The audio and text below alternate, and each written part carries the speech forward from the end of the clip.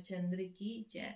तुलसीदास जी रामचरितमानस लिखने से पहले जो वंदना कर रहे हैं, उसी वंदना को मैं आप लोगों के सामने लाकर आज के पाठ को आगे बढ़ा रही हूँ। एक बार प्रेम से आप सभी लोग मेरे साथ बोलिए, सियावर रामचंद्र की जय। दोनों अक्षर मधुर और मनोहर हैं, जो वर्णमाला रूपी शरीर के नेत्र हैं, भक्तों के जीवन हैं तथा स्मरण करने में सबके लिए सुलभ और सुख देने वाले हैं, जो इस लोक में लाभ और परलोक में निर्वाह करते हैं, अर्थात भगवान के दिव्य धाम देह से सदा भगवतवास में नियुक्त रहते हैं। ये कहने, सुनने और स्मरण करने में बहुत अच्छे, सुंदर और मधुर हैं। तुलसीदास जी को तो श्री राम लक्ष्मण के समान प्यारे हैं। इनका रॉ और मौ का अलग वर्णन करने में प्रीति बिलगाती है, अर्थात बीज मंत्र की दृष्टि से इनके उच्चारण, अर्थ और फल में भिन्नता दिख पड़ती है, परंतु ये जीव और ब्रह्मा के समान स्वभाव से साथ रहने वाले सदा एक रूप और एक रस हैं। ये दोनों अक्षर नर नारायण के समान सुंदर भाई हैं। ये जगत पालन और विशेष रूप से भक्तों की रक्षा करने वाले हैं। ये भक्त रूपणी सुंदर स्त्री के कानों में सुंदर आभूषण कर्णफूल है और जगत के हित के लिए निर्मल चंद्रमा और सूर्य हैं। ये सुंदर गति मोक्ष रूपी अमृत स्वाद और तृप्ति के समान है। कच्छप और शेष जी के समान पृथ्वी धारण करने वाले हैं। भक्तों के मन रूपी सुंदर कमल में विहार करने वाले भौरों के समान और जीव रूपी यशोदा जी के लिए श्री कृष्ण और बलराम जी के समान आनंद देने वाले हैं। तुलसीदास जी कहते हैं, श्री रघुनाथ जी के नाम के दोनों अक्षर बड़ी शोभा देते हैं, जिनमें से एक रकार छत्र रूप और दूसरा मकार मुकुटमणि अनुस्वार रूप से, अर्थात सब अक्षरों के ऊपर हैं। समझने में नाम और नामी दोनों एक से हैं, किंतु दोनों में परस्पर स्वामी और सेवक समान प्रीति है, अर्थात नाम और नामी में पूर्ण एकता होने पर जैसे स्वामी जी पीछे सेवक चलता है, उसी प्रकार नाम के पीछे नामी चलते हैं। प्रभु श्री राम जी अपने राम नाम का अनुगमन करते हैं, नाम लेते हैं, वहां आ जाते हैं। नाम और रूप दोनों ईश्वर की उपाधि हैं। ये भगवान नाम और रूप दोनों अनिवर्चनीय हैं, अनादि हैं, सुंदर हैं, शुद्ध भक्ति युक्त बुद्धि से इनका दिव्य अविनाशी स्वरूप जानने में आता है। इन नाम और रूप में कौन बड़ा कौन छोटा, यह तो कहना अपराध है। इनके गुणों का तारतम्य कमी बेसी सुनकर साधु पुरुष स्वयं ही समझ लेंगे। रूप नाम के अधीन देखे जाते हैं, नाम के बिना रूप का ज्ञान नहीं हो सकता। कोई सा विशेष रूप बिना उसके नाम अपने जाने हथेली पर रखा हुआ पहचाना नहीं जा सकता, और रूप के बिना देखे भी नाम का स्मरण किया जाए तो विशेष प्रेम के साथ वह रूप हृदय में आ जाता है। नाम और रूप की गति की कहानी विशेषता की कथा कथनीय है। वह समझने में सुखदायक है, परंतु उसका वर्णन नहीं किया जा सकता। निर्गुण और सगुण के बीच में नाम सुंदर साक्षी है। यह दोनों का यथार्थ करने के लिए चतुर दुभाषिया है। तुलसीदास जी कहते हैं, यदि तू भीतर और बाहर दोनों ओर उजाला चाहता है तो मुख रूपी द्वार की जीभ रूपी देली पर राम नाम रूपी मणि के दीपक को रख दे। ब्रह्मा के बनाए हुए इस प्रपंच दृश्य जगत से भली भांति छूटे हुए वैराग्यवान मुक्त योगी पुरुष इस नाम को ही जीभ से जपते हैं, तत्व ज्ञान रूपी दिन में जागते हैं और नाम तथा रूप से रहित अनुपम अनिवर्चनीय अनामय ब्रह्मा सुख का अनुभव करते हैं। जो परमात्मा के गूढ़ रहस्य यथार्थ महिमा को जानना चाहते हैं, वे जिज्ञासु भी नाम को जीभ से जपकर उसे जान लेते हैं।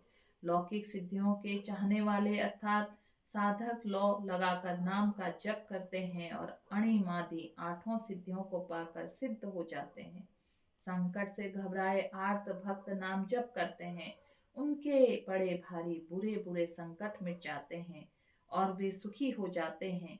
जगत में चार प्रकार के अर्थार्थी धनादि चाह से भजने वाले, आर्त संकट से निवृत्त के लिए भजने वाले, जिज्ञासु भगवान को जानने की इच्छा से भजने वाले, ज्ञानी भगवान को तत्व से जानकर स्वाभाविक ही प्रेम से भजने वाले राम भक्त हैं, और चारों ही पुण्यात्मा पाप रहित और उदार हैं।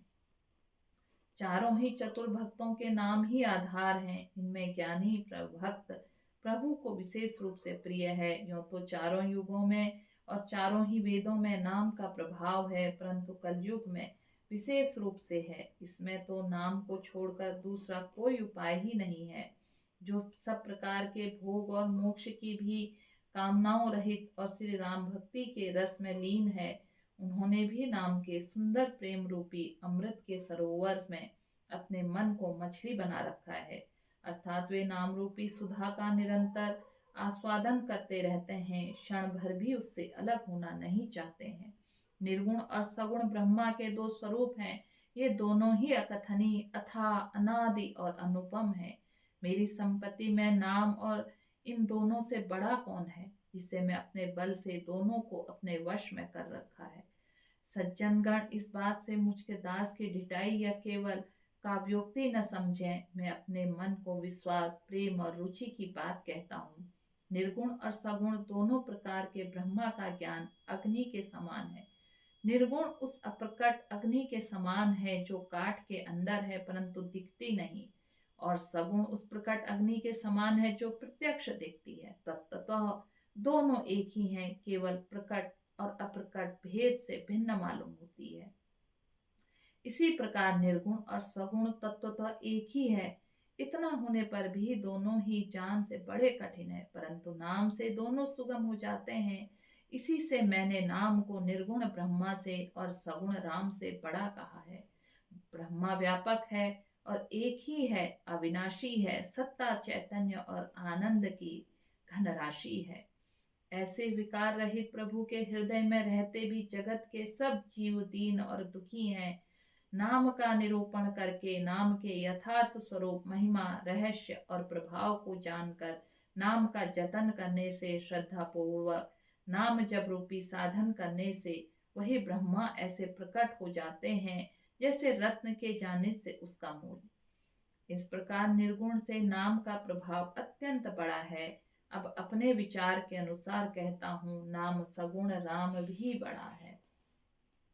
श्री रामचंद्र जी के भक्तों के हित के लिए मनुष्य शरीर धारण करके स्वयं कष्ट सहकर साधुओं को सुखी किया, परंतु भक्तगण प्रेम के साथ नाम का जप करते हुए सहज ही में आनंद और कल्याण के घर हो जाते हैं। श्री राम जी एक तपस्वी स्त्री अहिल्या को ही तारा है, परंतु नाम ने करोड़ों दुष्टों की बिगड़ी बुद्धि को सुधार दिया। श्री राम जी ने ऋषि विश्वामित्र के हित के लिए उनके एक सुकेतु यक्ष की कन्या ताड़का की सेना और पुत्र सुबाहु सहित समाप्ति की, परंतु नाम अपने भक्तों के दोष, दुख और दुराशाओं को इस तरह नाश कर देता है जैसे सूर्य रात्रि का। श्री राम जी ने स्वयं शिव जी के धनुष को तोड़ा, परंतु नाम का प्रताप ही संसार सब भयों का नाश करने वाला है। प्रभु श्री राम जी भयानक दंडक वन को सुहावना बनाया, परंतु नाम ने असंख्य मनुष्यों के मनों को पवित्र कर दिया। श्री रघुनाथ जी ने राक्षसों के समूह को मारा, परंतु नाम तो कलयुग के सारे पापों को जड़ से उखाड़ देने वाला है। श्री रघुनाथ जी ने सबरी, जटायु आदि उत्तम सेवकों की मुक्ति दी, परंतु नाम ने अनगिनत दुष्टों का उद्धार किया। नाम के गुण की कथा वेदों में प्रसिद्ध है। श्री राम जी ने सुग्रीव, विभीषण दोनों को ही अपने शरण में रखा, यह सब कोई जानते हैं, परंतु नाम अनेक गरीबों पर कृपा की है। नाम का यह सुंदर विरध लोक और वेद में विशेष रूप से प्रकाशित है। श्री राम जी ने तो भालू और बंदरों की सेना बटोरी और समुद्र पुल बांधने के लिए थोड़ा परिश्रम नहीं किया, परंतु नाम लेते ही संसार का समुद्र सूख जाता है। सज्जनगण, मन में विचार कीजिए कि दोनों में कौन बड़ा है। श्री राम जी ने कुटुंब सहित रावण को युद्ध में मारा, तब सीता सहित उन्होंने अपने नगर अयोध्या में प्रवेश किया।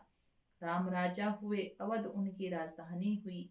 देवता, मुनि, ईश्वर सुंदर वाणी से जिनके गुण गाते हैं, परंतु सेवक भक्त प्रेम पूर्वक नाम के स्मरण मात्र से बिना परिश्रम मोह की प्रबल सेना को जीत कर प्रेम में मगन हुए। अपने ही सुख में विचरते हैं। नाम के प्रसाद से उन्हें सपनों में भी कोई चिंता नहीं सताती। इस प्रकार नाम निर्गुण और ब्रह्मा सगुण राम दोनों से बड़ा है। यह वरदान देने वालों भी वर देने वाले हैं। श्री शिव जी अपने हृदय में यह जानकर ही 100 करोड़ रामचरित्र में से इस राम नाम को सार रूप से चुनकर ग्रहण किया है। प्रेम से बोलिए सियावर रामचंद्र की जय। मैंने एक छोटा सा प्रयास आप लोगों के बीच में किया है। जो बुजुर्ग जन हैं, जो बच्चे हैं या जो कामकाजी लोग हैं, जो इस रामचरितमानस को पढ़ने के लिए समय नहीं निकाल पाते हैं, तो वो चलते फिरते उठते बैठते इस वीडियो के माध्यम से इस रामचरितमानस का अनुवाद हिंदी में और सरल सहज भाषा में सुन सकते हैं। हम लोगों ने भी जाने अनजाने में बहुत सारे ऐसे पाप किए हैं। मात्र कानों में राम का नाम आ जाए, राम का तुलसीदास जी ने जो लिख कर गए हैं ये हमारे कानों में पड़ जाए तो कलयुग में इससे भी उद्धार और हमें एक तरह से जो मुक्ति मिलती है इस कलयुग से, इस संसार से, वो भी बड़ी सुंदर और अच्छी होती है। तो एक बार प्रेम से आप सभी से कहूँगी कि अगर आपने अभी तक का रामचरितमानस नहीं पढ़ा है तो आप इसको शुद्ध हिंदी में मेरे द्वारा सुन सकते हैं। बोलो सियावर रामचंद्र की जय।